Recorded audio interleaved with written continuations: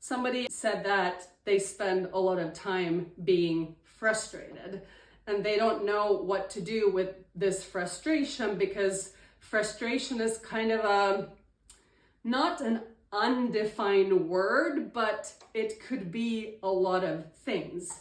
Now, if you want to make it simple, and we look at the emotional scale, frustration is at the bottom half. So you know that frustration equals negative emotion. And why? Because it feels like crap. That's all you need to know. And if that's what you can identify without having to know any other thing about emotions, then you know that you are off track. Granted, most of us have spent a lot of time in frustration.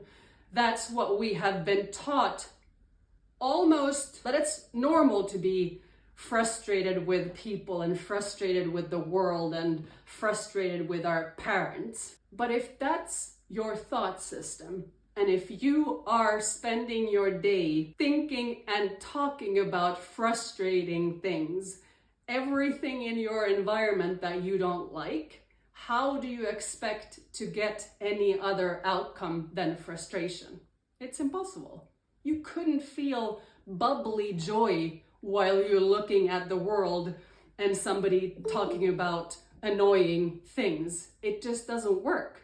As you are able to label that frustration, which is what this person did, then you can take the next step and identify it as being on the lower side of the lower part of the emotional scale. You know that you don't want to be there.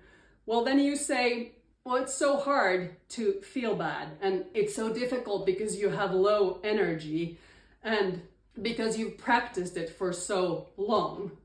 Well, yes, but friends, if I can ask you to think about a blue car right now, you think about it that quickly.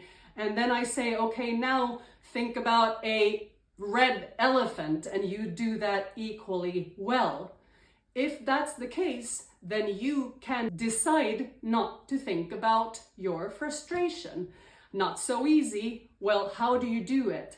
By choosing any other thing than what makes you frustrated.